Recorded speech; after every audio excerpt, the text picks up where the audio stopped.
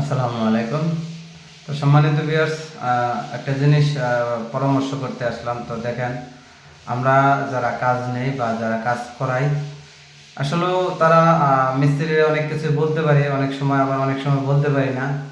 তো মিস্ত্রিদের রাগারাগি করলে হয়তো বা কোনো কন্ট্রাক্টর ভালো না, যাই বলবো এখন কিছু করার নাই, কারণ কন্ট্রাক্টর কাজ নিয়ে একজন মালিকের সাথে হয়তো বা মনে করলেন যে কথাবার্তা হয়, মিস্ত্রি তো কাম করে গেল। উদ্দেশ্য হলো এটা, এই দেখেন আমরা এই যে মিস্ত্রি কাজ করছে, মেন সকেটটা লাগাইছে শুধু সিবিবিসি ঘাম দিয়ে, অন্য কিছু দেয় থ্রেড টেপ দেয় কিছু না। এটা দেখেন আপনারা বলতে পারবেন কতটুক মানে ঝামেলা।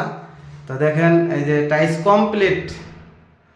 টাইসটা কমপ্লিট পানির প্রেসারে মনে করলেন, এটা আপনার নগদে ওয়ারিং করছিলাম।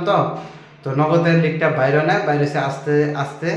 তো এই জিনিসটার লেগে দেখেন কতটুকু সমস্যা আপনারা দেখাচ্ছি, ব্যাক সাইডে দেখাবো।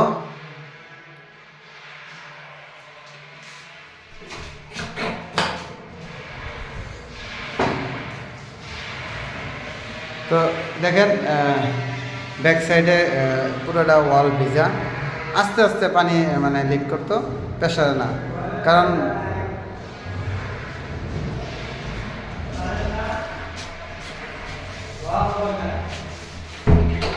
ভবনটা হচ্ছে হলো আপনার 9 তলা।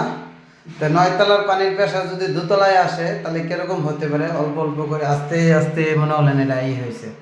তো যেদিন ওয়ারিং করে পানি ছেড়ে দিছি, তারপরের দিনে আপনার মনে করলেন যে বা 2 দিন পরে টাইলস লাগাইছে, তো এটা আস্তে আস্তে লিক করে আস্তে আস্তেই করছে। তো এখন এই লিকটা করে কি দেয়া, তো দেখেন এই যে বনপ্লাগটা ক্লিয়ার করছিলাম, তো দেখি উপরের সাইড থেকে পানি আসে, এই উপরের সাইড থেকে। তো তখন দেখা যায় আনুমানিক উপরে তো বনপ্লাগটা লিক করে না, তাহলে করে কি, পরে যাই হোক একটা টাইসই ভাঙছি এখানে, একটা টাইস ভাঙে এই দেখেন এটা সমস্যাটা পেলাম কি, একলা একলা করতেছে, তো তার জন্য এই যে খুলে আনছি অবশ্যই, ক্যামেরাম্যান নিজেই। তা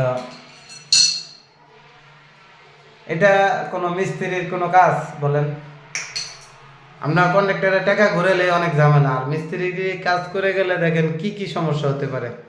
আসলে কারোর সাথে কারো উড়াউড়ি করা দরকার নাই, কারো দ্বন্দ্ব না। আমি কিন্তু এটা গিবত না, কারণ একটা মানুষের দায়িত্ব জিনিসগুলো বুঝাইলাম আর কি।